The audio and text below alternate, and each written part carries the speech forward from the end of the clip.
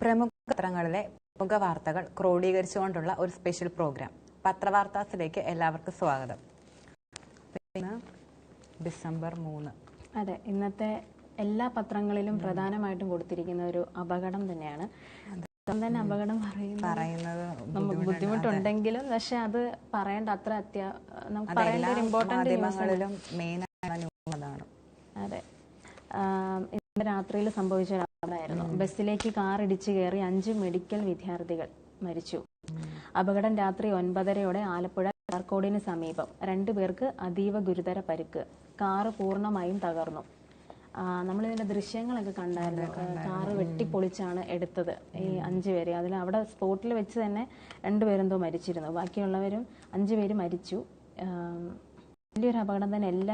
എല്ലാ പത്രങ്ങളിലും ഫോട്ടോ ഉൾപ്പെടെ എടുത്തിട്ടുണ്ട്. അതിന്റെ KSRTC ഫാസ്റ്റ് പാസഞ്ചർ ബസ്സിൽ കാർ ഇടിച്ചു കയറി ആലപ്പുഴ മെഡിക്കൽ കോളേജിലെ 1ാം വർഷ മെഡിക്കൽ വിദ്യാർത്ഥികളായ 5 പേർ മരണമടഞ്ഞു. 1ാം വർഷ മെഡിക്കൽ വിദ്യാർത്ഥികളായിരുന്നു അവര്.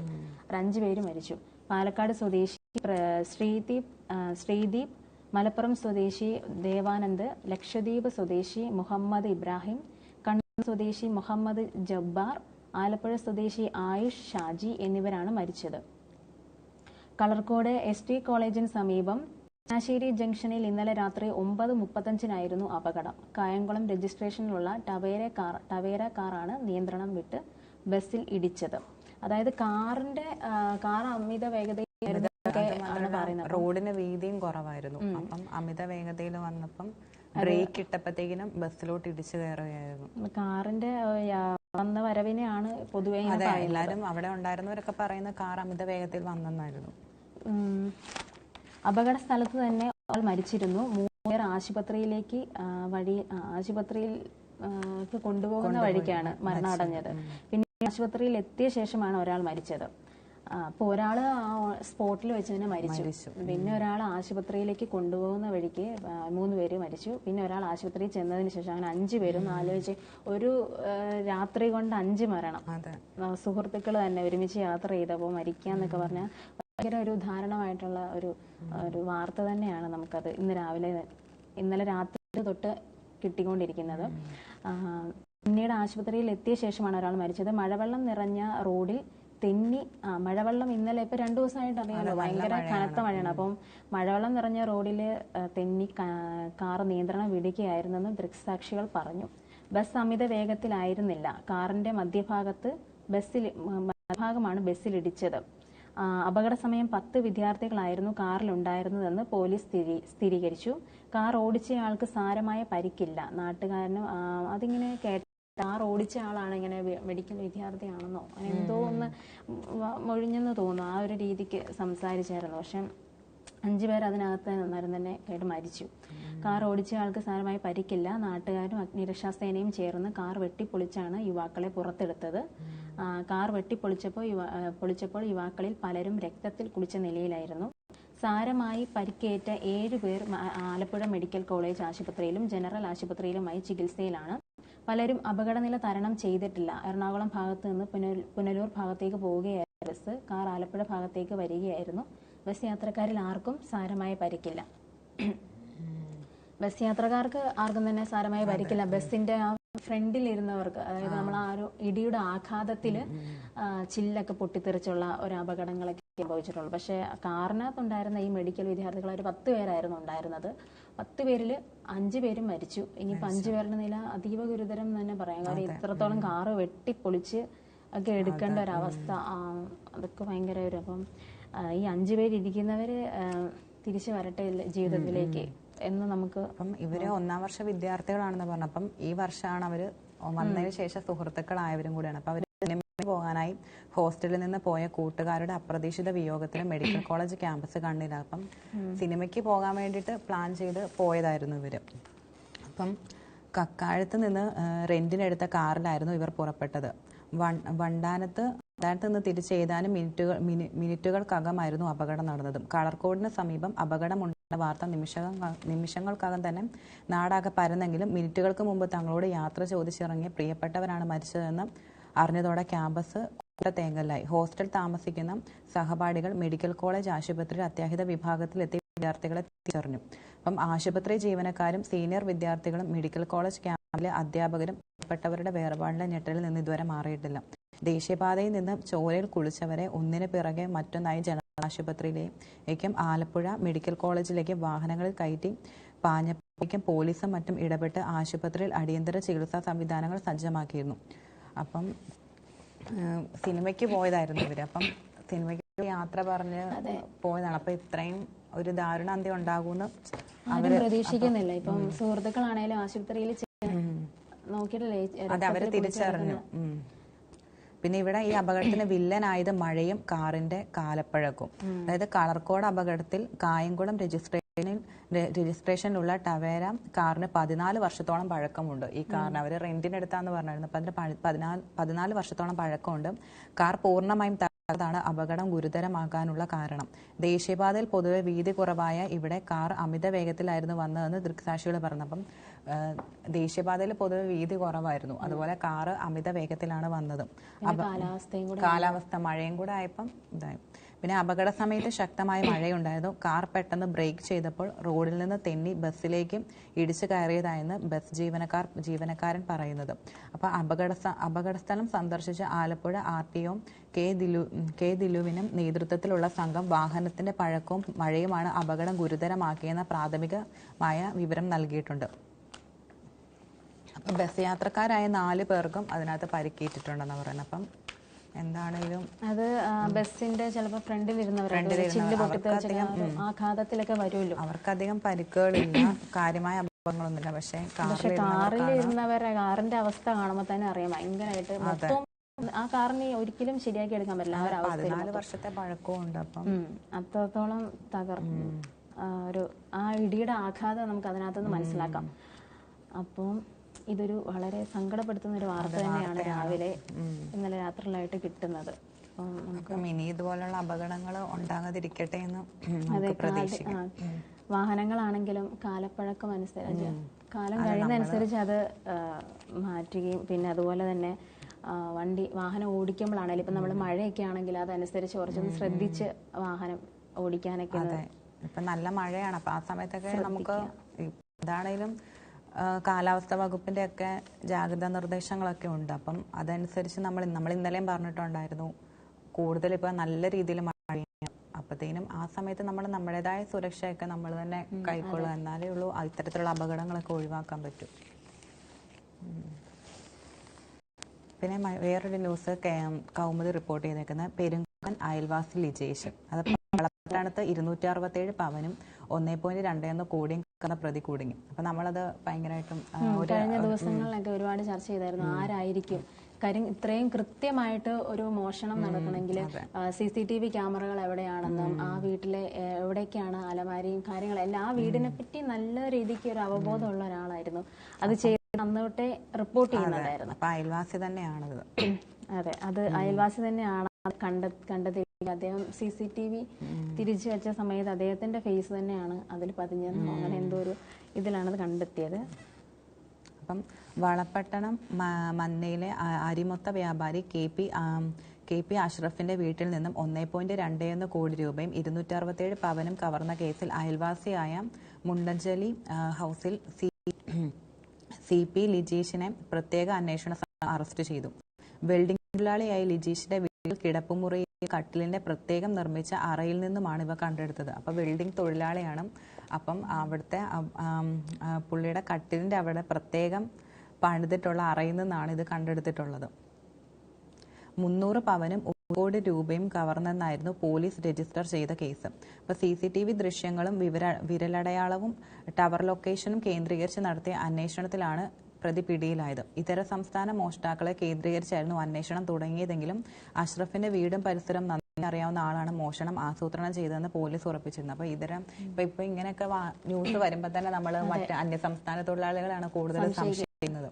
അപ്പൊ അങ്ങനെയാണ് അന്വേഷണം തുടങ്ങിയത്. പിന്നീട് ഈ കേസ് അത്രയ്ക്കും എല്ലാ കാര്യങ്ങളും വീടിനെ കുറിച്ച് നന്നായിട്ട് അറിയാവുന്നതും പിന്നെ CCTVയും എല്ലാ കാര്യങ്ങളും അറിയാവുന്ന ജനൽപ്പാളി മുറിച്ചൊക്കെയാണല്ലോ. അപ്പം അവിടെ വീടിന്റെ എവിടെ ഏത് ഭാഗത്ത് വഴി നമുക്ക് കയറാം. അത് എത്ര ഹൈറ്റ് ഒരാൾ പൊക്കത്തിലുള്ള ഒരു മതിലെന്തോ ആണ്. അപ്പൊ അതിൽ എങ്ങനെ ചാടി അകത്ത് ഏത് വഴിക്ക് വീടിനുള്ളിൽ പ്രവേശിക്കാം എന്നുള്ളതെല്ലാം കൃത്യമായ ധാരണയുള്ള ഒരാൾ തന്നെയായിരുന്നു എന്ന് അന്നോട്ടേ സംശയമുണ്ടായിരുന്നു, പോലീസിന് അറിയാമായിരുന്നു.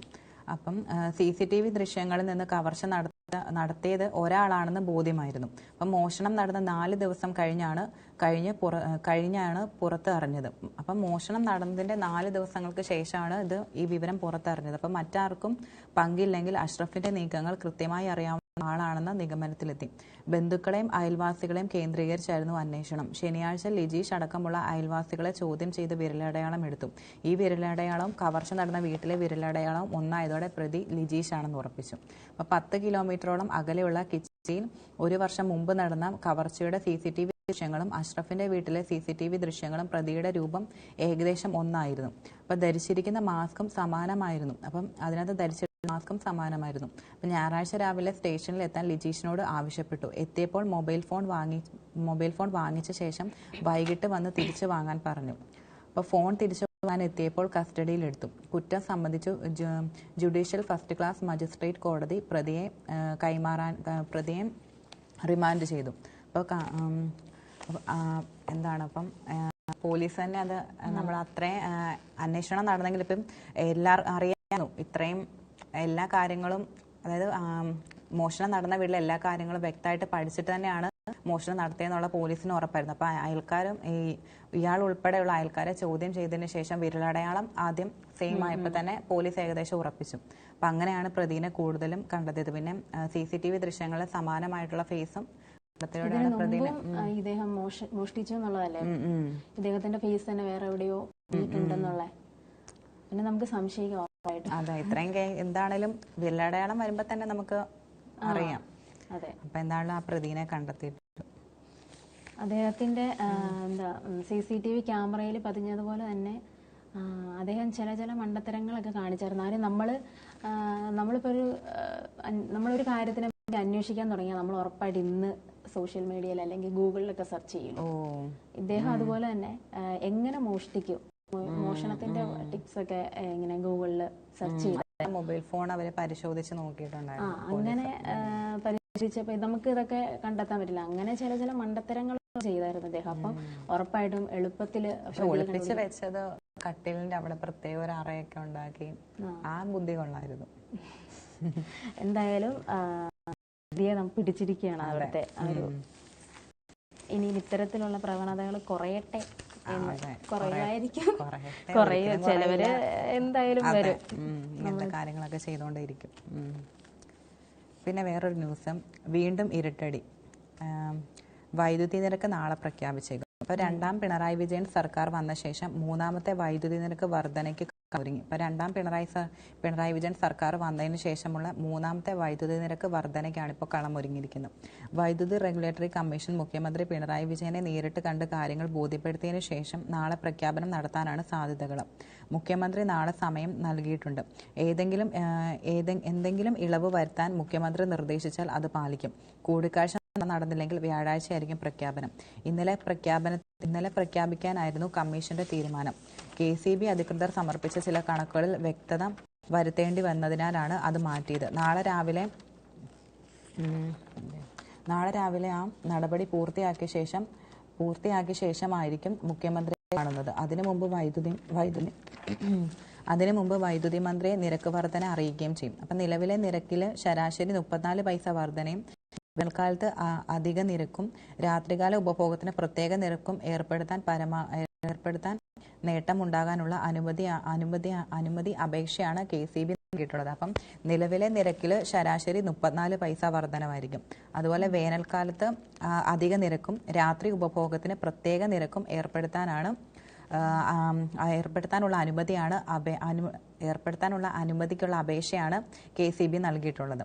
അപ്പോൾ KCB പറയുന്നത് പോലെ നിരക്ക് കൂട്ടിയാൽ ഈ വർഷം 812.16 കോടിയും അടുത്ത വർഷം 1399.93 കോടിയും 2026-27 1522.92 കോടിയും കൂടുതൽ വരുമാനമുണ്ടാകും. അപ്പോൾ വേനൽക്കാല താരിഫ് കൂടി അംഗീകരിച്ചാൽ ഈ വർഷം 11.08 കോടിയും അടുത്ത വർഷം 233 കോടിയും 2026-27 349 കോടിയും അധിക വരുമാനം കിട്ടും. അപ്പം തമിഴ്നാടും കർണാടകവും അടക്കം പല സംസ്ഥാനങ്ങളിലും ജനങ്ങൾക്ക് സബ്സിഡി ആനുകൂല്യങ്ങൾ നൽകുന്നുണ്ട്. കേരളത്തിന് അതില്ല. അപ്പം തമിഴ്നാട്, കർണാടക അടക്കമുള്ള പല സംസ്ഥാനങ്ങളിലും സബ്സിഡി ആനുകൂല്യങ്ങൾ നൽകുന്നുണ്ട്. പക്ഷേ കേരളത്തിൽ അതില്ല. അപ്പോൾ കടുത്ത വൈദ്യുതി പ്രതിസന്ധി അഭിമുഖീകരിക്കുകയാണെങ്കിലും നിലവിൽ വൈദ്യുതി നിയന്ത്രണം ഉണ്ടാവില്ലെന്ന് വൈദ്യുതി വകുപ്പ് മന്ത്രി കെ കൃഷ്ണൻകുട്ടി പാലക്കാട് അറിയിച്ചു. 70% വൈദ്യുതി പുറത്തുനിന്ന് വാങ്ങുകയാണ്. അപ്പോൾ കടുത്ത വൈദ്യുതി പ്രതിസന്ധി ഉണ്ടെങ്കിൽ പോലും വൈദ്യുതി നിയന്ത്രണം ഉണ്ടാവില്ലെന്ന് വൈദ്യുതി വകുപ്പ് മന്ത്രി അറിയിച്ചിട്ടുണ്ട്. അപ്പം 70% വൈദ്യുതിയും പുറത്തുനിന്ന് വാങ്ങുകയാണ്. അപ്പൊ ഇനിയും നമുക്ക് വൈദ്യുതി നിരക്കെല്ലാം കൂടും എന്നുള്ളതിന്റെയാണ് പറയുന്നത്. അത് മാത്രമല്ല, നമുക്ക് കേരളത്തിന് സബ്സിഡി ഒന്നും ഇല്ലാന്ന് മറ്റ് സംസ്ഥാനങ്ങളിലെ ഒക്കെ അങ്ങനെ തമിഴ്നാടിനും കർണാടകയ്ക്കും ഉണ്ട്, പക്ഷെ കേരളത്തിനില്ല. ഏതായാലും നോക്കാം ഇനി മുന്നോട്ടുള്ള വൈദ്യുതി എന്നാണ് പ്രഖ്യാപിക്കുന്നതെന്നുള്ള കാര്യത്തിൽ ലൈറ്റ് ഇടാതെയും ഫാൻ ഇടാതെയും ഒക്കെ ഉള്ള ഒരു ദിവസം ചിന്തിക്കാൻ പറ്റത്തില്ല. അതെ, കറണ്ട് ഇല്ലെങ്കിൽ തന്നെ നമ്മുടെ ഒരു ദിവസത്തെ കാര്യങ്ങളെല്ലാം പോകും. അപ്പോൾ ഇത്തരത്തിൽ പുതിയ ബില്ല് വരുമ്പോൾ നമുക്കറിയാം എങ്ങനെയാണെന്നുള്ളത് ഇനി അങ്ങോട്ടുള്ളത്. പിന്നെ ഇപ്പം മഴ കനക്കുന്നത് കൊണ്ട് തന്നെ ശബരിമല തീർത്ഥാടകരുടെ അവർക്ക് ഒരുപാട് നിയന്ത്രണങ്ങളൊക്കെ ഏർപ്പെടുത്തിയിട്ടുണ്ട്. പുല്ലുമേട് മുക്കുഴി കാനനപാതയിലൂടെയുള്ള യാത്ര നിരോധിച്ചു. കനത്ത മഴ കാരണമാണ്. കനത്ത മഴയും കാരണം സത്രം, പുല്ലുമേട് സന്നിധാനം, മുക്കുഴി സന്നിധാനം കാനനപാതകളിലൂടെയുള്ള ശബരിമല തീർത്ഥാടനം ഇടുക്കി ജില്ലാ കളക്ടർ താൽക്കാലികമായി നിരോധിച്ചു. അത് പക്ഷേ ഒരുപക്ഷെ നല്ലതാണ്. കാര്യം ഇപ്പൊ എപ്പോഴെന്താ സംഭവിക്കുന്നതെന്ന് അറിയാൻ പറ്റത്തില്ല. അപ്പൊ അങ്ങനത്തെ ഒരു സാഹചര്യത്തിൽ നിയന്ത്രണം ഉള്ളത് നല്ലതാണ്. അത് ജനങ്ങൾ പാലിക്കാനാണ് നോക്കേണ്ടത്. അല്ലെങ്കിൽ എന്തെങ്കിലും ഒരു സംഭവിച്ചു കഴിഞ്ഞിട്ട് പിന്നെ അറിഞ്ഞില്ല എന്ന് പറയുമ്പോഴാണ് ഒരുപാട് പ്രശ്നങ്ങൾ വേറെ ഉണ്ടാകുന്നത്. അപ്പൊ കാലാവസ്ഥ അനുകൂലമാകും വരെ ഇതുവഴി തീർത്ഥാടകരെ വിടില്ല. നിരോധനം ഞായറാഴ്ച രാത്രി 11ഓടെ നിലവിൽ വന്നെങ്കിലും ഇതറിയാതെ 500-ന് മുകളിൽ ഭക്തർ സത്രത്തിലെത്തിയിരുന്നു. രാത്രി തന്നെ വനം വകുപ്പ് ഉദ്യോഗസ്ഥർ ഇവരെ വിവരമറിയിച്ചു. ചിലർ സ്വന്തം വാഹനത്തിൽ പമ്പയിലേക്ക് പോയി. നടന്നും KSRTC ബസ്സിലും വരുന്നവർക്ക് പമ്പയിലെത്താൻ തിങ്കളാഴ്ച രാവിലെ 7 മുതൽ സത്രത്തിൽ നിന്നും KSRTC പ്രത്യേക ബസ് സർവീസ് നടത്തി. കുമളി ഡിപ്പോയിലെ 7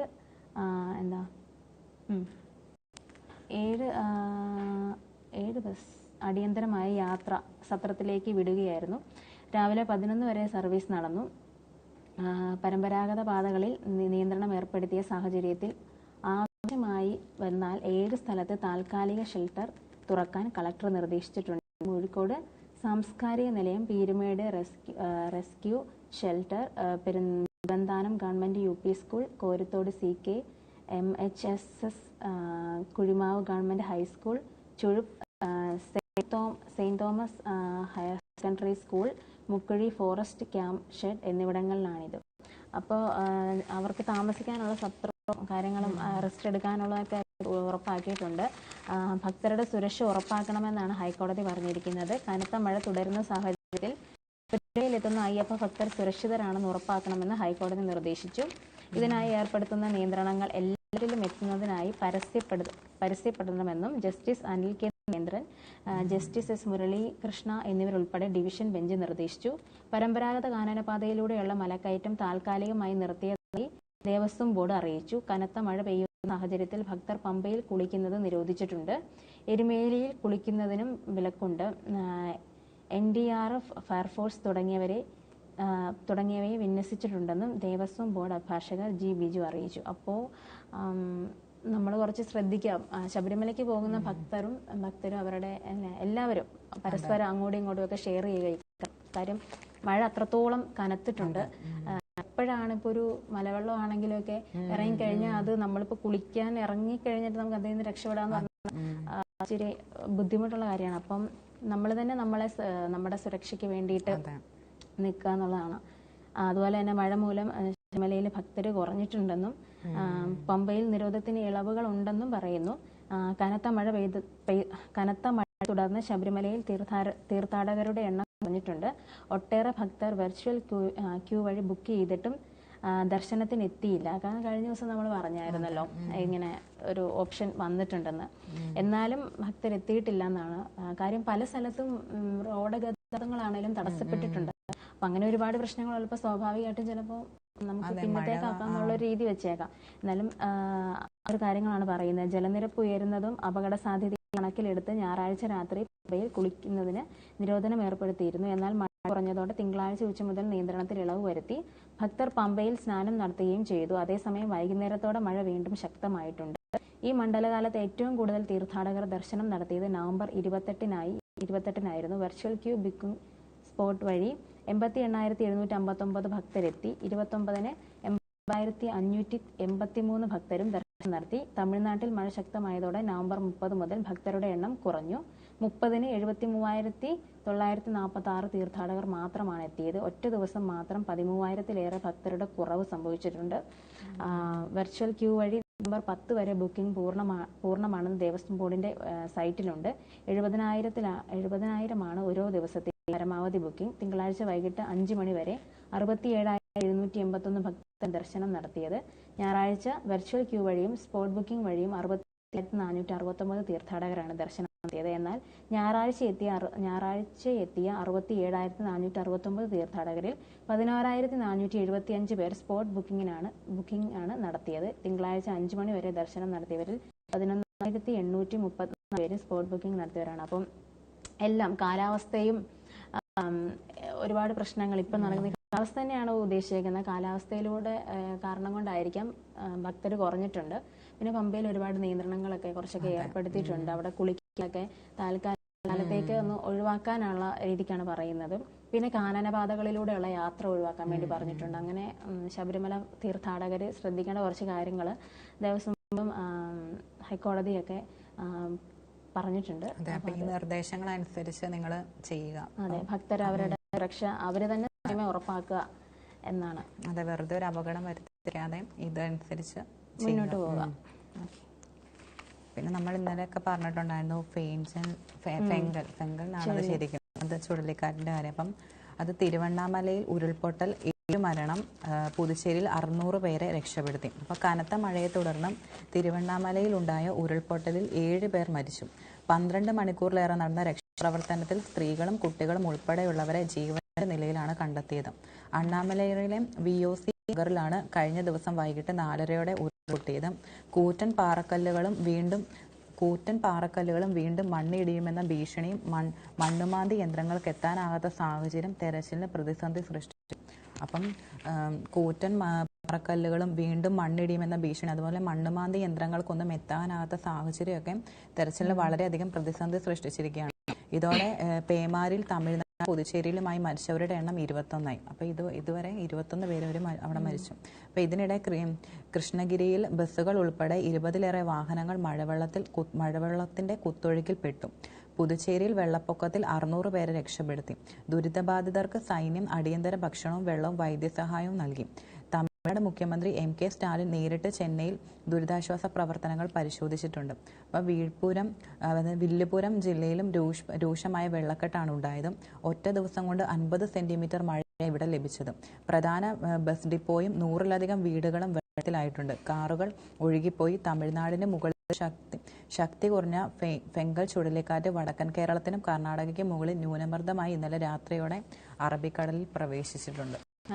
അപ്പം ഇന്നലെ നമ്മൾ പറഞ്ഞിട്ടുണ്ടായിരുന്നു. അപ്പം എല്ലാവരും ആ ജാഗ്രതയോട് കൂടി ഇരിക്കുക. അപ്പം നമ്മൾ കണ്ടായിരുന്നല്ലോ ബസ് സ്റ്റാൻഡിൽ നിർത്തിയിട്ട വാഹനങ്ങൾ, ബസ്സുകൾ വരെ ഒഴുകിപ്പോകുന്ന സാഹചര്യമാണ്.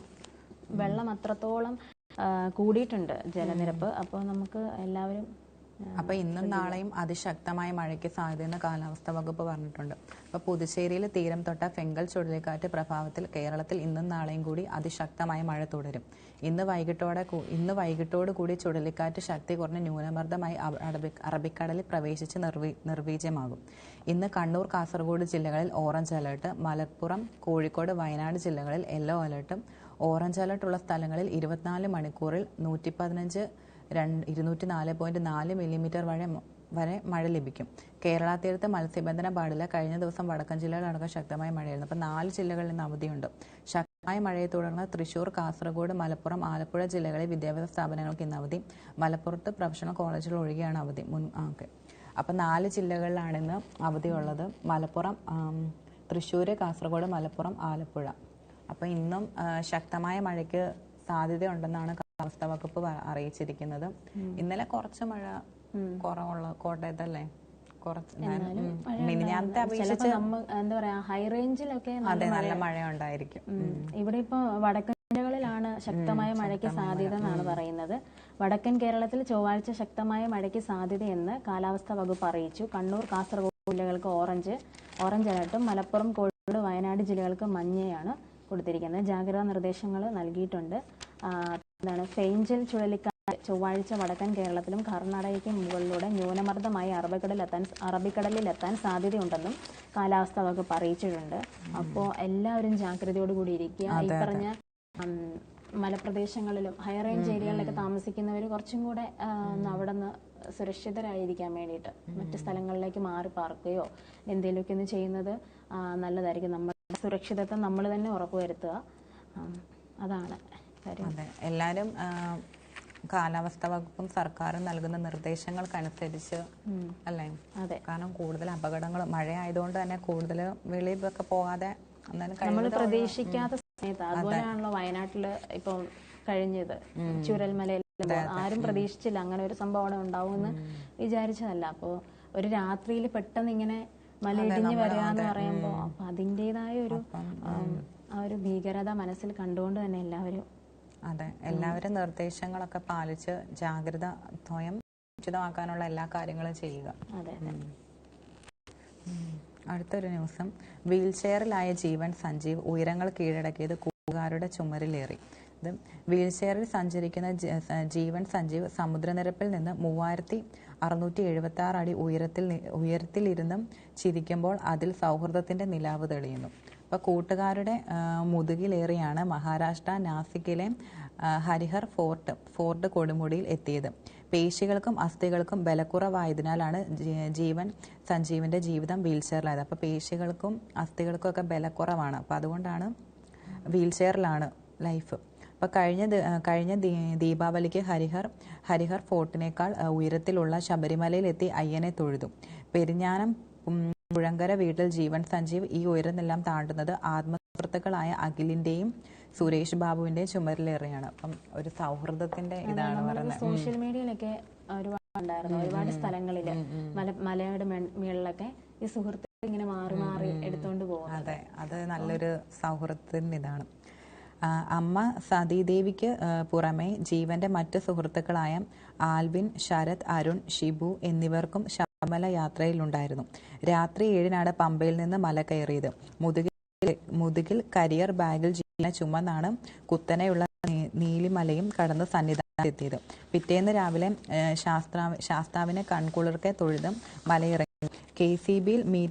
KCBയിൽ മീറ്റർ റീഡായ അഖിലും ജീവന്റെ വീഡിയോ ഗെയിം ഷോപ്പിൽ സഹപ്രവർത്തകനായ സുരേഷ് ബാബുവുമാണ് മാറി മാറി ചുമന്നത്. സഹായവുമായി മറ്റുള്ളവരും ഒപ്പമുണ്ടായിരുന്നു. അപ്പം ജീവൻ പറയുന്ന സുഹൃത്തുക്കളുടെയും കുടുംബാംഗങ്ങളുടെയും പിന്തുണ കൊണ്ടാണ് ഇതൊക്കെ കഴിഞ്ഞത്. ട്രെക്കിംഗ് തുടരണമെന്നാണ് ആഗ്രഹം. അപ്പൊ സുഹൃത്തുക്കളുടെ ഒക്കെ പിന്തുണ ഉള്ളത് കൊണ്ടാണ് ഇത് നടന്നത്. അത്രയും നല്ല സുഹൃത്തുക്കളുള്ളത് നമുക്കത് ട്രക്കിംഗ് തുടരണമെന്ന് ആഗ്രഹിക്കുന്നതിന് ഒരു തെറ്റുമില്ല, നടക്കും.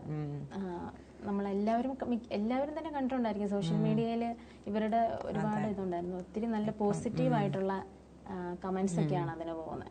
കാര്യം ആരും ചെയ്യത്തില്ല, നമ്മള് തന്നെ നമുക്ക് അതെ, മറ്റുള്ള ഇന്നത്തെ കാലത്തല്ലെങ്കിലും അങ്ങനെ വളരെ ചുരുക്കമൊക്കെയാണ് ഇങ്ങനത്തെ ആളുകളൊക്കെ ഉള്ളത്. പിന്നെ അഖില സുരേഷ് ബാബുവും പറയുന്നു, മഴയെ അതിജീവിച്ചാണ് ഹരിഹർ ഫോർട്ടിലെത്തിയതും ജീവന്റെ ആഗ്രഹം സാധിച്ചു കൊടുത്തത് സന്തോഷമുണ്ട്. ജീവന്റെ ആഗ്രഹം സാധിച്ചു കൊടുത്തതിൽ വളരെയധികം സന്തോഷമുണ്ടെന്നാണ് അവർ പറയുന്നത്. അതെന്താണേലും നല്ലൊരു കാര്യം. ഇന്നത്തെ കാലത്തും സൗഹൃദങ്ങളൊക്കെ ഇത്രയും സ്ട്രോങ് ആയിട്ടുള്ള ഇതുണ്ടെന്ന് പറയുന്നത് നിലനിൽക്കുന്ന സൗഹൃദങ്ങൾ അതെങ്ങനെ നിലനിൽക്കട്ടെ. പിന്നെ അടുത്തത് നമ്മുടെ ഉപതെരഞ്ഞെടുപ്പിന്റെ സമയത്ത് നീലപ്പെട്ടി വിവാദം ഭയങ്കരമായിട്ട് ചർച്ച ചെയ്യപ്പെട്ട ഒരു കാര്യമല്ലായിരുന്നു. നീലപ്പെട്ടി വിവാദം തെളിവില്ലെന്ന് അന്വേഷണ സംഘം പറഞ്ഞിരിക്കുകയാണ്. അതിന് തുടരന്വേഷണങ്ങളുടെ ഒന്നും ആവശ്യമില്ലെന്നാണ് പറയുന്നത്. ബാഗിൽ കോൺഗ്രസ് നേതാക്കൾ കള്ളപ്പണം എത്തിച്ചെന്നായിരുന്നു ആക്ഷേപം.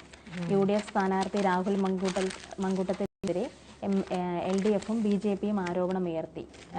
എന്തായാലും രാഹുൽ തന്നെ അവിടെ രാഹുൽ മങ്കൂട്ടത്തിൽ തന്നെ വിജയിക്കുകയും ചെയ്തു. നീലപ്പട്ടി വിവാദത്തിനൊന്നും ഒരു പ്രസക്തിയും ഇല്ലെന്നാണ് ഇപ്പോൾ പറയുന്നത്. ഉപതെരഞ്ഞെടുപ്പ് സമയത്ത് CPM ഉയർത്തിക്കൊണ്ടുവന്ന നീല ട്രോളി ബാഗ് വിവാദത്തിൽ തെളിവ് കണ്ടെത്താനായില്ലെന്ന് അന്വേഷണ സംഘത്തിന്റെ റിപ്പോർട്ട്. തുടരന്വേഷണത്തിന്റെ ആവശ്യമെന്നും പോലീസ് റിപ്പോർട്ട് പറയുന്നു. സ്പെഷ്യൽ ബ്രാഞ്ച് DYSP ജില്ലാ പോലീസ് മേധാവിക്ക് നൽകിയ റിപ്പോർട്ടിൽ ബാഗിൽ പണം എത്തിച്ചതിന് തെളിവ് കണ്ടെത്താനായില്ലെന്ന് വ്യക്തമാക്കിയിട്ടുണ്ട്. പാലക്കാട് ഉപതെരഞ്ഞെടുപ്പ് സമയത്ത് നീല ട്രോളി ബാഗ് വലിയ വിവാദങ്ങൾക്ക് വഴിവെച്ചിരുന്നു. ബാഗിൽ കോൺഗ്രസ് നേതാക്കൾ കള്ളപ്പണം എത്തിച്ചെന്നായിരുന്നു ആക്ഷേപം. UDF സ്ഥാനാർത്ഥി രാഹുൽ മങ്കൂട്ടത്തിനെതിരെയും LDFും BJPയും ആരോപണമുയർത്തി. CPMന്റെ ആരോപണങ്ങൾക്ക് നീല ട്രോളി ബാഗുമായി പത്രസമ്മേളനം നടത്തി രാഹുൽ മങ്കൂട്ടത്തിൽ മറുപടിയും നൽകി. ട്രോളി ബാഗിൽ വസ്ത്രങ്ങളാണെന്നാണ് പറഞ്ഞത്. രാഹുൽ ബാഗ് പോലീസിന് കൈമാറാൻ തയ്യാറാണെന്നും പറഞ്ഞിരുന്നു. നവംബർ 6 പുലർച്ചെയാണ് KPM ഹോട്ടലിൽ കോൺഗ്രസ് നേതാക്കൾ താമസിക്കുന്ന മുറികളിൽ പോലീസ് സംഘം എത്തി മിന്നൽ പരിശോധന നടത്തിയത്. അത് നമ്മൾ വാർത്തയിലൊക്കെ കണ്ടായിരുന്നു, ഒരു സ്ത്രീയും ഫാമിലിയും ഒക്കെ താമസിച്ച. അപ്പം സ്ത്രീകൾക്ക് കൊടുക്കേണ്ട ഒരു ഇതുണ്ടല്ലോ, രാത്രിയിൽ റൂം വന്നൊക്കെ തുറക്കാന്നൊക്കെ പറഞ്ഞാൽ അതൊക്കെ ഭയങ്കര വിവാദങ്ങളും ഉണ്ടായതായിരുന്നു. അതിലൊന്നും ഒരു പ്രസക്തിയില്ല. തെളിവുകളൊന്നും തന്നെ ഈ ഒരു ഇങ്ങനെ ഒരു പ്രചാരം ഉണ്ടാക്കിയതിന് തെളിവുകളൊന്നും തന്നെ ഇല്ലെന്നാണ് ഇപ്പോൾ പറയുന്നത്. പാതിരാത്രി 12-നാണ് റെയ്ഡ് തുടങ്ങിയത്. കോൺഗ്രസ് വനിതാ നേതാക്കളായ ഷാനിമോൾ ഉസ്മാൻ, അഡ്വക്കേറ്റ് ബിന്ദു കൃഷ്ണ എന്നിവർ താമസിച്ചിരുന്നതടക്കം 12 മുറികൾ പോലീസ് സംഘം പരിശോധന നടത്തിയിരുന്നു. അതെ, അന്ന് ചിലവർ പോലീസ് സ്റ്റേഷനിലല്ലായിരുന്നു. അതുകൊണ്ട് തന്നെ അതൊക്കെ ഒരുപാട് ചർച്ച ഉണ്ടായിരുന്നു. അപ്പം അതിലും അവർ താമസിച്ച സ്ഥലത്തൊക്കെ റെയ്ഡ് നടത്തിയിരുന്നു. ലഭിച്ചിട്ടില്ലെന്നും സാധാരണ പരിശോധന മാത്രമാണ് നടത്തിയതെന്നുമായിരുന്നു പോലീസിന്റെ ആദ്യ വിശദീകരണം. എന്നാൽ പരിശോധന വിവാദമായതോടെ രഹസ്യ വിവരത്തിന്റെ അടിസ്ഥാനത്തിലാണ് റെയ്ഡ് നടത്തിയതെന്നും വിശദീകരിച്ച് പോലീസ് മലക്കം മറിഞ്ഞു. ഒടുവിൽ മുറി പരിശോധിച്ചിട്ടും ഒന്നും കിട്ടിയില്ലെന്ന് എഴുതി നൽകിയാണ് പാലക്കാട്ടെ ഹോട്ടലിൽ നിന്നും പോലീസ് മടങ്ങിയത്. യൂത്ത് കോൺഗ്രസ് നേതാവ് ട്രോളി ബാഗുമായി ഹോട്ടലിൽ എത്തുന്ന ദൃശ്യങ്ങളാണ് CPM പുറത്തുവിട്ടത്. ഇതിൽ കള്ളപ്പണം എന്നായിരുന്നു CPMന്റെ ആരോപണം. ട്രോളി ബാഗ് മാത്രമേ കണ്ടിട്ടുള്ളൂ. ട്രോളി ബാഗിന് ഉള്ളിൽ എന്താണെന്ന് കണ്ടിട്ടില്ല. അപ്പോൾ ട്രോളി ബാഗുമായിട്ട് പുറത്തു വരുന്ന ദൃശ്യങ്ങൾ കണ്ടിട്ടാണ് CPM പുറത്തുവിട്ടത് അതിനകത്ത് കള്ളപ്പണം ഉണ്ടെന്നുള്ളത്. അപ്പോൾ അതിലൊന്നും ഒരു കാര്യമില്ലെന്നാണ് പറയുന്നത്. ഇതിൽ കള്ളപ്പണമാണ് എന്നായിരുന്നു CPMന്റെ ആരോപണം. പിന്നാലെ പോലീസ് ഹോട്ടലിൽ റെയ്ഡിനെത്തുകയായിരുന്നു. പാതിരാത്രി പോലീസ് ഇല്ലാതെ മുറിയിലെത്തി സ്ത്രീത്വത്തെ അപമാനിച്ചുവെന്നാരോപിച്ച് ഷാനിമോൾ ഉസ്മാൻ MLA, ബിന്ദു കൃഷ്ണ എന്നിവർ പരാതി നൽകിയിരുന്നു. ഇത് സംബന്ധിച്ച് വനിതാ കമ്മീഷൻ ഉൾപ്പെടെ അന്വേഷണം നടത്തുന്നതിനിടെയാണ് പോലീസിന്റെ റിപ്പോർട്ട് പുറത്തു വന്നത്. അതാണ് നമ്മൾ നേരത്തെ പറഞ്ഞത് തന്നെ. വനിതാ പോലീസുകളൊന്നും രാത്രിയിലൊക്കെ റെയ്ഡ് എന്നൊക്കെ പറഞ്ഞു വരുമ്പോൾ അതൊക്കെ ഭയങ്കര നമുക്ക് നിയമപ്രകാരം അതൊന്നും ഉള്ള കാര്യങ്ങളല്ല. അപ്പോൾ അതെല്ലാം ഇതിന് നാടകം എന്ന് രാഹുൽ പ്രതികരിച്ചിട്ടുണ്ട്. അപ്പൊ പാലക്കാട് നടന്നത് രാഷ്ട്രീയ നാടകം എന്ന് രാഹുൽ മാങ്കൂട്ടത്തിൽ പറഞ്ഞു.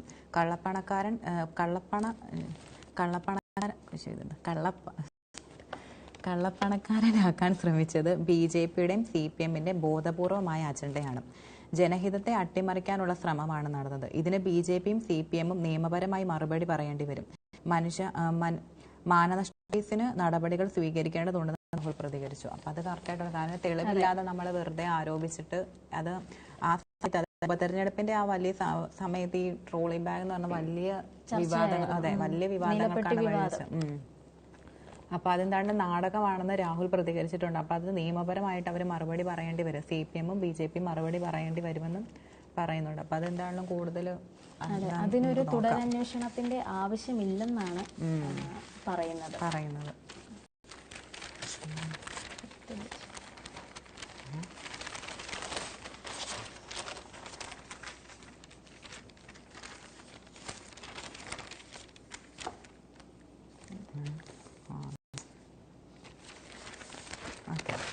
അപ്പം അടുത്തൊരു ന്യൂസ് എന്ന് പറഞ്ഞാൽ നമ്മൾ ഈ ബംഗ്ലാദേശിലെ കാര്യങ്ങൾ നമ്മൾ പറഞ്ഞിട്ടുണ്ടായിരുന്നു. അവിടെ ഭയങ്കര കലാപമാണ്, ഹിന്ദുക്കൾക്കെതിരെ കൂടുതൽ അക്രമങ്ങൾ നടക്കുന്നു എന്നൊക്കെ. അപ്പം ഹിന്ദുവിരുദ്ധ നിലപാട് തുടർന്ന് ബംഗ്ലാദേശും ഇന്ത്യൻ സഞ്ചാരിക്ക് ആൾക്കൂട്ട മർദ്ദനം. ഓക്കെ, അപ്പോൾ ഹിന്ദുവിരുദ്ധ നിലപാട് തുടർന്ന് പിന്നെയും ബംഗ്ലാദേശ്. അപ്പോൾ ഇന്ത്യൻ സഞ്ചാരിക്ക് ആൾക്കൂട്ട മർദ്ദനം. 63 ഇസ്കോൺ സന്യാസിമാരെ തടഞ്ഞു. ഇപ്പോൾ ഇന്ത്യൻ സഞ്ചാരിക്ക് ബംഗ്ലാദേശിൽ ആൾക്കൂട്ട മർദ്ദനം. പശ്ചിമ ബംഗാളിലെ ബൽഗാരിയ സ്വദേശിയായ സായൻ ഘോഷാണ് പരാതിയുമായി രംഗത്തെത്തിയത്. നവംബർ 26-ന് സുഹൃത്തുമായി ധാക്കയിൽ ജുറൈൻ മേഖലയിൽ മാർക്കറ്റ് സന്ദർശിക്കവെയായിരുന്നു സംഭവമെന്ന് സയാൻ ദേശീയ മാധ്യമത്തോട് പറഞ്ഞു. 6ഓളം യുവാക്കൾ തന്നെ സമീപിച്ചു. ഇന്ത്യക്കാരനും ഹിന്ദുവുമാണെന്ന് തിരിച്ചറിഞ്ഞതോടെ ക്രൂരമായി മർദ്ദിക്കുകയായിരുന്നു. അപ്പോൾ തടയാൻ ശ്രമിച്ച സുഹൃത്തിന് മർദ്ദനമേറ്റു. മുഖത്തിനും തലയ്ക്കും പരിക്കേറ്റു. ചികിത്സിക്കാൻ ആരോഗ്യപ്രവർത്തകർ പോലും തയ്യാറായില്ല. പോലീസുകാരും കൈയൊഴിഞ്ഞു. ഇന്ത്യക്കാരെ ക്ഷണിക്കരുതെന്ന് കാട്ടി സുഹൃത്തിന്റെ കുടുംബത്തിന് നേരെ ഭീഷണിയുമുണ്ടായി, സയാൻ പറഞ്ഞു. 30-ന് നാട്ടിൽ തിരിച്ചെത്തിയ സയാൻ ബൽഗാരിയ പോലീസിന് പരാതി നൽകി. അതിനിടെ ഇന്ത്യയുടെ മുന്നറിയിപ്പുകൾ അവഗണിച്ച് ബംഗ്ലാദേശിൽ ഹിന്ദുവിരുദ്ധ നടപടി തുടരുകയാണ്. അപ്പോൾ ഇന്ത്യയിലേക്ക് പുറപ്പെട്ട 63 ഇസ്കോൺ സന്യാസിമാരെയും ബംഗ്ലാദേശ് അധികൃതർ തടഞ്ഞ സംഭവത്തിൽ പ്രതിഷേധം ശക്തമായി. അപ്പം ഒരാൾക്ക് ഹിന്ദുവാണെന്നും ഇന്ത്യക്കാരനാണെന്നും പറഞ്ഞിട്ടാണ് ക്രൂരമായിട്ടുള്ള മർദ്ദനമേറ്റത്. അപ്പോൾ ആ സമയം തന്നെ അത് പരാതി നൽകിയിട്ടുണ്ട്. അപ്പം 63 ഇസ്കോൺ സന്യാസിമാരെ ബംഗ്ലാദേശ് അധികൃതർ തടഞ്ഞ സംഭവത്തിൽ പ്രതിഷേധം ബംഗ്ലാദേശിൽ കൂടുതൽ ശക്തമായിട്ടുണ്ട്.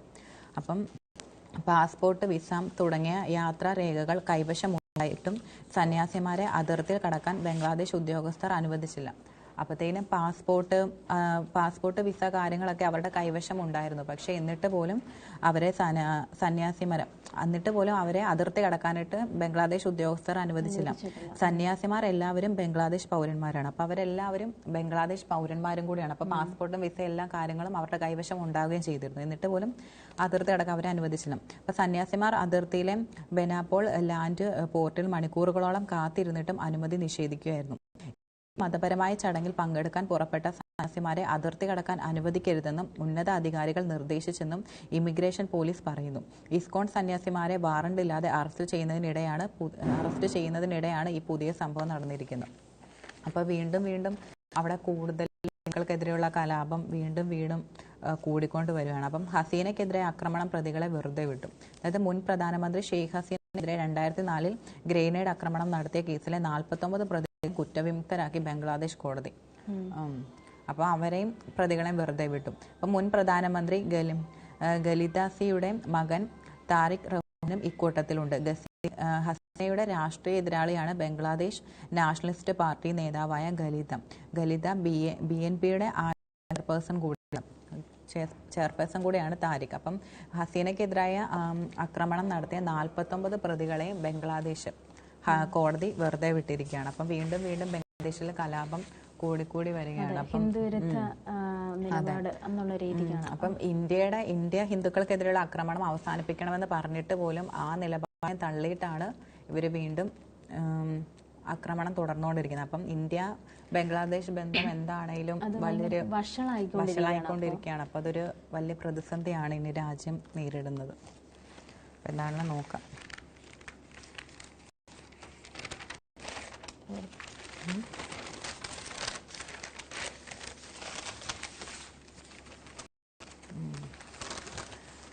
പിന്നെ മാതൃഭൂമി റിപ്പോർട്ട് ചെയ്തേക്കുന്നതാണ്, കേസുകളിൽ മകന് മാപ്പ് നൽകി ബൈഡൻ. പടിയിറങ്ങും മുമ്പേ നിലപാട് മാറ്റം, രാഷ്ട്രീയ പ്രേരിതമെന്ന ആരോപണം. നിയമവിരുദ്ധമായി തോക്ക് കൈവശം വെച്ചതടക്കം വിവിധ കേസുകളിൽ നിയമ നടപടി നേരിടുന്ന മകൻ ഹണ്ടർ ബൈഡന് പൂർണ്ണവും നിരുപാധികവുമായി മാപ്പ് നൽകി US പ്രസിഡന്റ് ജോ ബൈഡൻ. അപ്പം നിയമവിരുദ്ധമായി തോക്ക് കൈവശതടക്കമുള്ള വിവിധ കേസുകളിൽ നിയമ നടപടി നേരിടുമായിരുന്നു ബൈഡന്റെ മകൻ. അപ്പോൾ അതിന് പൂർണ്ണവും നിരുപാധികവുമായ മാപ്പ് നൽകിയിരിക്കുകയാണ് ഇപ്പോൾ നിലവിലെ US പ്രസിഡന്റായ ജോ ബൈഡൻ.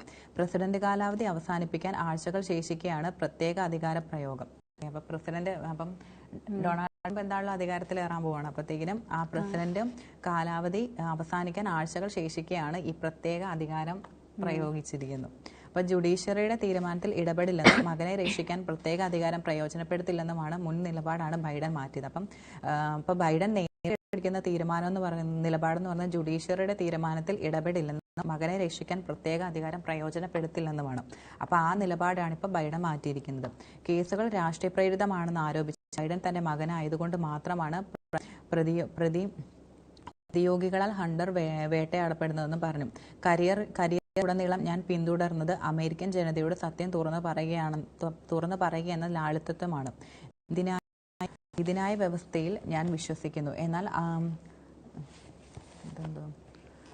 നീതിന്യായ വ്യവസ്ഥയിൽ ഞാൻ വിശ്വസിക്കുന്നുവെന്നും ബൈഡൻ പറഞ്ഞു. അസംതൃപ്ത രാഷ്ട്രീയം ഈ സംവിധാനത്തെ ബാധിച്ചു. അത് നീതിയുടെ ഗർഭ ചിത്രത്തിലേക്ക് നയിച്ചു, ബൈഡൻ പറഞ്ഞു. അത് അവിടെ ഈ ഡൊണാൾഡ് ട്രംപിന്റെ കാര്യങ്ങളൊക്കെ ഉണ്ടായിരുന്നല്ലോ. ഡൊണാൾഡ് ട്രംപ് മറ്റേ അബോഷൻ അങ്ങനത്തെ ഒരു കമല ഹാരിസ് അപ്പത്തേനും കമല ഹാരിസും ഡൊണാൾഡ് ട്രംപും നേരിട്ടുകൊണ്ടിരുന്ന തെരഞ്ഞെടുപ്പിൽ ഏറ്റവും ഉടനീളം അവർ പ്രചരിപ്പിച്ചുകൊണ്ടിരുന്ന കാര്യങ്ങളാണിത്. അപ്പം ഒരു പിതാവ് എന്ന നിലയിലും പ്രസിഡന്റ് എന്ന നിലയിലും താൻ എടുത്ത തീരുമാനം അമേരിക്കക്കാർക്ക് ബോധ്യപ്പെടുമെന്നും അന്ന് അദ്ദേഹം പ്രതീക്ഷ പ്രകടിപ്പിച്ചു. അപ്പൊ പിതാവ് എന്ന നിലയിലും പ്രസിഡന്റ് എന്ന നിലയിലും തന്റെ തീരുമാനം അമേരിക്കക്കാർക്ക് ബോധ്യപ്പെടുമെന്ന പ്രതീക്ഷ അദ്ദേഹം പ്രകടിപ്പിച്ചു. നീതിന്യായ സംവിധാനങ്ങളുടെ തീരുമാനത്തിൽ ഇടപെടില്ലെന്നും അധികാരമേറ്റ മുതൽ താൻ പറഞ്ഞിരുന്നു. മകനെ അന്യായ വിചാരണയ്ക്ക് വിധേയമാക്കുന്നതും നിരന്തരം വേട്ടയാടുന്നതും കണ്ടിട്ട് താൻ ആ വാക്ക് പാലിച്ചെന്നും ബൈഡൻ അവകാശപ്പെട്ടു. ബൈഡന്റെ തീരുമാനം നീതിന്യായ സംവിധാനത്തെ ചൂഷണം ചെയ്യലാണെന്ന് നിയുക്ത US പ്രസിഡന്റ് ഡൊണാൾഡ് ട്രംപും ആരോപിച്ചു. അപ്പോൾ ഡൊണാൾഡ് ട്രംപും അതിനെതിരെ ബൈഡന്റെ ഈ തീരുമാനത്തെ പറയുന്നുണ്ട്. നീതിന്യായ സംവിധാനത്തെ ചൂഷണം ചെയ്യലാണെന്നാണ് ഡൊണാൾഡ് ട്രംപ് പറയുന്നത്. അപ്പം ഈ കൊല്ലം ആദ്യമാണ് അനധികൃതമായി തോക്ക് കൈവശം വയ്ക്കൽ, നികുതി വെട്ടിപ്പ് തുടങ്ങിയ കേസുകളിൽ ജോ ബൈഡന്റെ മകൻ കോടതി കുറ്റക്കാരനാണെന്ന് കണ്ടെത്തിയത്. ലഹരി കേസിലും മകൻ ഉൾപ്പെട്ടിരുന്നു. ഈ കേസുകളിൽ വിചാരണ കാലിഫോർണിയയിലെ ഡെലോണിൽ അടുത്ത് തുടങ്ങാനിരിക്കുകയായിരുന്നു. ഇത്രയേറെ കുറ്റങ്ങൾ നിലനിൽക്കുന്ന മകന് മാപ്പ് നൽകില്ലെന്നായിരുന്നു ബൈഡൻ നേരത്തെ എടുത്തിരുന്ന തീരുമാനം. അപ്പം ആ നിലപാടാണ് അനധികൃത തോക്ക് കൈവശം വെച്ചത്, നികുതി വെട്ടിപ്പ്, അങ്ങനെ ഒരുപാട് കേസുകൾ ഉണ്ടായിരുന്നു. അപ്പൊ അതിനെതിരെയാണ് ഇപ്പം നിലപാട് മാറ്റിയിരിക്കുന്നത്. അപ്പൊ എന്താണ് ഇതിനെതിരെ എങ്ങനെ അമേരിക്കയിൽ എന്താണ് വരുന്നത് നമുക്ക് നോക്കാം. തായ്ലൻഡിൽ നിന്ന് വിമാനത്തിൽ പക്ഷിക്കടത്ത് അതെ കണ്ടായിരുന്നു. തായ്ലൻഡിൽ നിന്ന് വിമാനത്തിൽ പക്ഷിക്കടത്ത്, വളർത്തുമകനും വീട്ടമ്മയും അറസ്റ്റ്. വംശനാശ ഭീഷണി നേരിടുന്നവ ഉൾപ്പെടെ വിവിധയിനം വിദേശ പക്ഷികളുമായി തിരുവനന്തപുരം സ്വദേശിനിയും വളർത്തുമകനും കൊച്ചി അന്താരാഷ്ട്ര വിമാനത്താവളത്തിൽ കസ്റ്റംസിന്റെ പിടിയിലായി. കോവളം പച്ചല്ലൂർ സ്വദേശി ബിന്ദുമോൾ, ഭർത്താവിന്റെ ആദ്യ വിവാഹത്തിലെ മകൻ ശരത് കുമാർ എന്നിവരാണ് അറസ്റ്റിലായത്. ഇവരിൽ നിന്ന് 14 പക്ഷികളെയും പിടികൂടിയിട്ടുണ്ട്. അപ്പോൾ 14 പക്ഷികളാണ്. വംശനാശ ഭീഷണി നേരിടുന്നവ ഉൾപ്പെടെ വിവിധയിനം വിദേശ പക്ഷികളെയാണ് ഇവരിൽ നിന്ന് പിടികൂടിയിട്ടുള്ളത്. തായ് എയർവേസ് വിമാനത്തിൽ തായ്ലൻഡിൽ നിന്ന് ഞായറാഴ്ച രാത്രിയാണ് പ്രതികൾ കൊച്ചിയിലെത്തിയത്.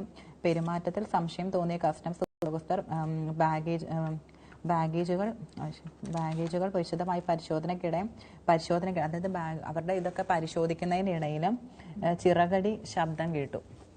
അപ്പോൾ തുടർന്ന് ലഗേജുകൾ തുറന്ന് പരിശോധിച്ചപ്പോഴാണ് കാർട്ടൺ ബോക്സുകളിൽ പ്ലാസ്റ്റിക് ബോക്സുകളിലുമായി പക്ഷിയെ ഒളിപ്പിച്ച നിലയിൽ കണ്ടെത്തിയത്. അപ്പോൾ 2 വേഴാമ്പലുകളും ഇക്കൂട്ടത്തിലുണ്ടായിരുന്നു. അന്താരാഷ്ട്ര വിപണിയിൽ 25,000 മുതൽ 2 ലക്ഷം രൂപ വരെ വിലയുള്ള പക്ഷികളാണ് ഉണ്ടായിരുന്നത്. അപ്പോൾ അന്താരാഷ്ട്ര വിപണിയിൽ 25,000 മുതൽ 2 ലക്ഷം വരെ വിലയുള്ള പക്ഷികളാണ് ഇവരുടെ കൂട്ടത്തിൽ ഉണ്ടായിരുന്നത്. എന്തൊക്കെ കടത്താൻ ശ്രമിച്ചാലും അതൊന്നും നടക്കുമല്ല, അതെല്ലാം പിടിക്കും. സ്വർണം കടത്തിയാലും അതെ. പിന്നെ പക്ഷീനെ കടത്താൻ ശ്രമിച്ചത് ചിറകടി ശബ്ദം കേട്ടു. ചിറകടി ശബ്ദം അതില്ലായിരുന്നെങ്കിൽ എത്ര നേരം അത് കഷ്ടം, ഇതൊക്കെ ഉപദ്രവമാണ് ശരിക്കും. അപ്പം ആ ഒരു ചിറകടി ശബ്ദം കേട്ടാണ് അവരത് വീണ്ടും. അതെന്താണേലും നല്ലൊരു കാര്യം. അപ്പൊ കുറ്റം തെളിഞ്ഞാൽ 3 വർഷത്തെ വരെ തടവ് ശിക്ഷ ലഭിക്കാം. അപ്പൊ 75,000 രൂപ പ്രതിഫലത്തിന് വേണ്ടി ആദ്യമായാണ് പക്ഷിക്കടത്തിന് ശ്രമിച്ചതെന്ന് പ്രതികൾ കസ്റ്റംസിനോട് പറഞ്ഞു. അപ്പൊ 75,000 രൂപയുടെ പ്രതിഫലത്തിന് വേണ്ടിയാണ് ഇവര് ഇത്രയും 2 ലക്ഷം രൂപ വരുന്ന പക്ഷികളെയൊക്കെ അവരുടെ വാസസ്ഥലത്തിൽ നിന്ന്. ആവാസവ്യവസ്ഥ ഉണ്ടല്ലോ, നമുക്കാണെങ്കിലും ഒരു ആവാസവ്യവസ്ഥ. അതുപോലെ തന്നെ അവര് താമസിക്കേണ്ട അവരുടെ ശരീരത്തിന് ഒക്കെ വേണ്ട ഒരു ഫ്രീ ആയിട്ട് നമ്മളെ പോലെ അതിനെ മാറ്റി നമ്മൾ വേറൊരു സ്ഥലത്തായിട്ട് പൈസക്ക് വേണ്ടിയിട്ട് കൊണ്ടുവരുമ്പോ ആ ഒരു വിഭാഗം തന്നെ ഭാവിയിൽ ചിലപ്പോൾ ഇല്ലാതാവുന്നൊരു. അത് വംശനാശം നേരിടുന്ന ഉൾപ്പെടെയുള്ള വിദേശ പക്ഷികളെയാണ് ഇവർ കൊണ്ടുവന്നിട്ടുള്ളത്. അപ്പൊ ആർക്ക് വേണ്ടിയാണ് പക്ഷികളെ കൊണ്ടുവന്നതെന്ന് വ്യക്തമാക്കിയിട്ടില്ല. പക്ഷികളെയും വൈൽഡ് ലൈഫ് ക്രൈം കൺട്രോൾ ബ്യൂറോയുടെ കീഴിൽ കാക്കനാട് പ്രവർത്തിക്കുന്ന സത്യൻ റീജിയണൽ ഓഫീസിന് കൈമാറിയിട്ടുണ്ട്. അപ്പൊ നടപടികൾക്ക് ശേഷം പക്ഷികളെ തിരിച്ചയക്കുമെന്ന് കസ്റ്റംസ് പറഞ്ഞു. അപ്പൊ അതെന്താണേലും നല്ലൊരു കാര്യമല്ലേ. അപ്പം ഇതിന്റെ നടപടികളെല്ലാം പൂർത്തിയായതിനു ശേഷം പക്ഷികളെല്ലാം അവരുടെ മാതൃരാജ്യത്തേക്ക് തന്നെ തിരിച്ചയക്കും. ഇപ്പോൾ വെറ്റിനറി ഡോക്ടർമാരുടെ വിദഗ്ധരുടെയും പരിചരണത്തിനായി പക്ഷികൾ. അപ്പൊ കേരളത്തിൽ ആദ്യമാണ് സ്വർണം, ഇലക്ട്രോണിക്സ് സാധനങ്ങളും ലഹരി വസ്തുക്കളും എല്ലാം നിരന്തരം പിടിച്ചെടുക്കാറുണ്ടെങ്കിലും കേരളത്തിലെ വിമാനത്താവളങ്ങൾ കേന്ദ്രീകരിച്ച് ആദ്യമായാണ് പക്ഷിക്കടത്ത് റിപ്പോർട്ട് ചെയ്യുന്നത്. അപ്പൊ ഇന്ത്യയിൽ തന്നെ അപൂർവമായ പക്ഷിക്കടത്ത് പിടികൂടിയിട്ടുള്ള വംശനാശ ഭീഷണി നേരിടുന്ന പക്ഷികളായതിനാൽ ക്രിമിനൽ കുറ്റമാണിത്. അപ്പൊ അതെന്താണെങ്കിലും അത് കേരളത്തിൽ തന്നെ ആദ്യമായിട്ടാണ് ഇങ്ങനെ സ്വർണം, ഇലക്ട്രോണിക് സാധനങ്ങളും ലഹരി വസ്തുക്കൾ അങ്ങനെയുള്ള കുറെ കാര്യങ്ങൾ നമ്മൾ പിടികൂടിയിട്ടുണ്ടെങ്കിലും ആദ്യമായിട്ടാണ് സാധനങ്ങൾ കൊണ്ടുവന്നാലും അത് എന്തായാലും പിടികൂടും. അപ്പൊ ഇത് ആദ്യമായിട്ടാണ് പക്ഷിക്കടത്ത് റിപ്പോർട്ട് ചെയ്തിട്ടുള്ളത്. ഒന്നെങ്കിൽ എന്താ നമ്മുടെ ബാഗുകൾക്കുള്ളിൽ അല്ലെങ്കിൽ നമ്മുടെ ശരീരത്തിൽ തന്നെ ഡ്രസ്സിൽ തന്നെ സ്റ്റിച്ചിങ് ഒക്കെ പല രീതിക്ക് മാറ്റിമറിച്ച് അടിവസ്ത്രങ്ങളിലും ഒക്കെ വെച്ച് സ്വർണ്ണമൊക്കെ കുപ്പിടിച്ചേക്കുന്നത്. അപ്പം ഇപ്പൊ ഇന്നലെ ഈ പക്ഷീനെയും കൂടെ ഇതുപോലെ തന്നെ. അപ്പം വംശനാശ ഭീഷണി നേരിടുന്ന പക്ഷികളായതിനാൽ തന്നെ ഇതൊരു ക്രിമിനൽ കുറ്റമാണ്. അപ്പൊ അവർക്ക് എന്താണ്, അവർക്ക് പക്ഷികൾക്ക് വേണ്ട അടിയന്തര ചികിത്സകളെല്ലാം നൽകിയിട്ട് അവരുടെ മാതൃരാജ്യത്തേക്ക് തന്നെ തിരിച്ചയക്കുമെന്നാണ് പറഞ്ഞേക്കുന്നത്. അപ്പൊ ഇത് കുറ്റം തെളിയാണെങ്കിൽ 3 വർഷം വരെ തടവ് ശിക്ഷയാണ് ഇതിന് ലഭിക്കുന്നത്. അപ്പം ക്രിമിനൽ കുറ്റാന്നും പറഞ്ഞിട്ട് നമുക്ക് നോക്കാം ഇതിന്റെ എന്തായിരിക്കും നടപടി എന്നുള്ളത്. കിടപ്പ് രോഗികളായ ഭിന്നശേഷിക്കാർക്ക് പെൻഷൻ കിട്ടാതായിട്ട് 40 പെൻഷന്റെ കാര്യങ്ങൾ കുറച്ച് ചെയ്യുന്നുണ്ട്. അപ്പോൾ ആശ്വാസമേകാതെ ആശ്വാസകിരണം. കിടപ്പ് രോഗികളായ ഭിന്നശേഷിക്കാർക്ക് ആശ്വാസകിരണം പദ്ധതിയിൽ സർക്കാർ നൽകി വരുന്ന പെൻഷൻ മുടങ്ങി 40 മാസമായി തുക വിതരണം ചെയ്യാത്ത ഗ്രാമപഞ്ചായത്തുകളുണ്ട്. പ്രതിമാസം 600 രൂപയാണ് കിടപ്പിലായ ഭിന്നശേഷിക്കാരെ പരിചരിക്കുന്നവർക്ക് പെൻഷനായി ലഭിക്കുന്നത്. സാമ്പത്തിക പ്രതിസന്ധിയുടെ പേരിലാണ് പെൻഷൻ വിതരണം മുടങ്ങിയത്. ഉമ്മൻചാണ്ടി സർക്കാർ അധികാരത്തിലേക്കായാണ് ആശ്വാസകിരണം പദ്ധതി ആവിഷ്കരിച്ച് നടപ്പാക്കിയത്. മന്ത്രിയായിരുന്ന ഡോക്ടർ MK മുനീർ ആയിരുന്നു അന്ന് സാമൂഹ്യക്ഷേമ വകുപ്പ് കൈകാര്യം ചെയ്തിരുന്നത്. 525 രൂപയാണ് പെൻഷനായി നൽകിയിരുന്നത്. അപ്പൊ കൊടുത്തോണ്ടിരുന്നത് പോലും ഇപ്പൊ കിട്ടുന്നില്ല. 40 മാസമായിട്ട് അത് മുടങ്ങിയിരിക്കുകയെന്നാണ് പറയുന്നത്. പിന്നീട് 600 രൂപയാക്കി. ഇടതുമുന്നണി അധികാരത്തിൽ വന്ന ശേഷവും തുക വിതരണം ചെയ്തിരുന്നു. എന്നാൽ 2ാം പിണറായി സർക്കാർ അധികാരത്തിൽ വന്ന ശേഷമാണ് പൂർണ്ണമായും മുടങ്ങിയത്. 2ാം പിണറായി സർക്കാർ വന്നതിന് ശേഷം ഇപ്പോൾ കുറച്ച് ദിവസമായിട്ട് പെൻഷന്റെ കാര്യങ്ങൾ തന്നെ നമ്മൾ സംസാരിക്കുന്നുണ്ട്. അപ്പം ഇത് പൂർണ്ണമായിട്ട് മുടങ്ങിയാണ് ആ പെൻഷൻ. കാര്യം ഇവർക്കൊക്കെ ഇതല്ലാതെ വേറെ എന്തോ ഉള്ളത്. അതെ, നമ്മൾ ജീവിതം അത് കിടപ്പ് രോഗികളാണ്. അവരുടെ അപ്പം ബുദ്ധിമുട്ട് നമ്മൾ മനസ്സിലാക്കണം. ചിലപ്പോൾ അവരായിരിക്കും ആ കുടുംബത്തില് ആകെ ഒരു ഇതെന്ന് പറയുന്നത്. അവരുടെ ചികിത്സയ്ക്ക് തന്നെ ഒരുപാട് പൈസ ചെലവാകും.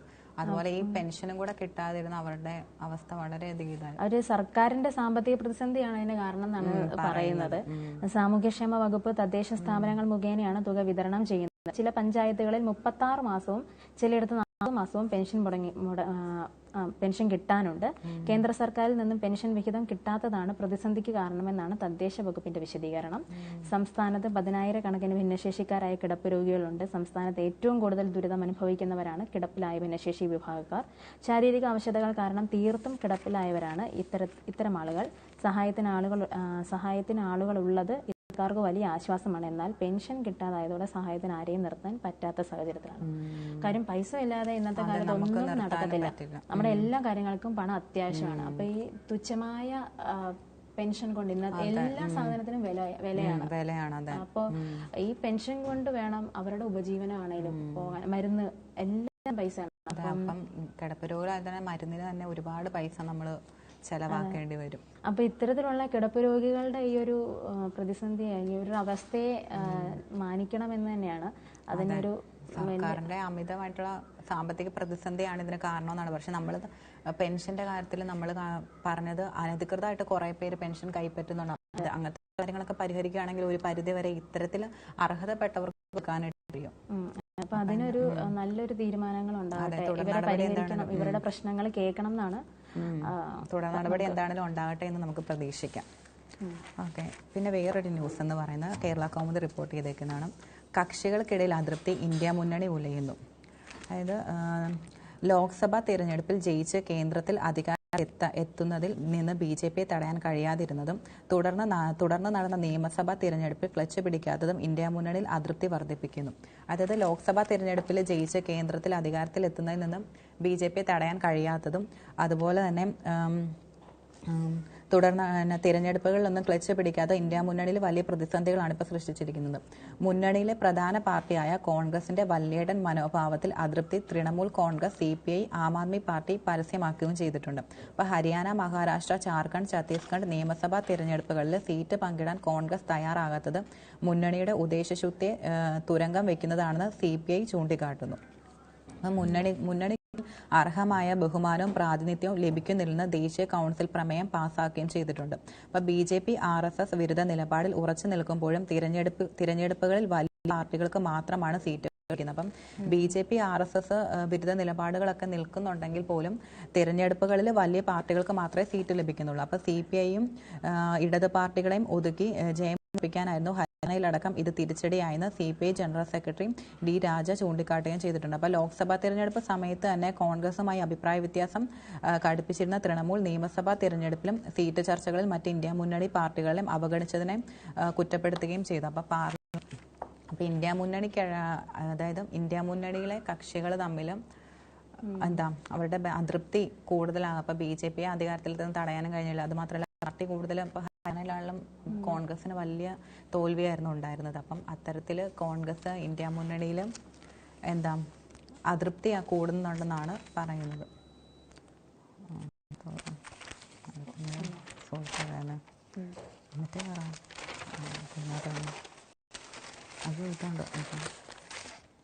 പിന്നെ എല്ലാ പത്രത്തിലും ഉള്ള ഒരു കാര്യമാണ് ഫുട്ബോൾ മത്സരവേദി 56 മരണം സംഘർഷഭൂമിയായി എന്നുള്ളത്. അതായത് ഫുട്ബോൾ മത്സരവേദി സംഘർഷഭൂമിയായി 56 മരണം. ദാരുണ സംഭവം ഗിനിയിൽ പ്രാദേശിക മത്സരത്തിനിടെയാണ്. എന്നാലും പ്രാദേശിക മത്സരമാണെങ്കിലും 56 മരണം ഉണ്ടാവണമെങ്കിൽ അതിനെന്താ അല്ലേ, മരണസംഖ്യ ഇനിയും ഉയർന്നേക്കാന്നാണ് പറയുന്നത്. ഗിനിയിലെ എൻസറോക്കോറിയിൽ നടന്ന ഫുട്ബോൾ മത്സരത്തിനിടെ ഉണ്ടായിരുന്ന സംഘർഷത്തിൽ 56 പേർ മരിച്ചതായി ഗവൺമെന്റ്. നിരവധി പേർക്ക് പരിക്കുമേറ്റു. പ്രധാനമന്ത്രി അമധൌ ഔറിബായാണ് എക്സിലൂടെ ഈ വിവരങ്ങൾ പുറത്തുവിട്ടത്. എന്നാൽ മരണസംഖ്യ 100-ലധികമാകുമെന്നാണ് നൂറിലധികമാണെന്നാണ് സ്ഥിരീകരിക്കാത്ത കണക്കുകൾ. 100-ലധികം എന്തോ വരുന്നുണ്ടത്. അപ്പൊ അത് അത്രത്തോളം എന്തോ ഭീകരമായിട്ടുള്ളൊരു സന്ദർഭങ്ങളൊക്കെ ആയിരുന്നായിരിക്കും അവിടെ. എൻസർകോർ സ്റ്റേഡിയത്തിൽ ഞായറാഴ്ച വൈകിട്ട് നടന്ന ലാബെ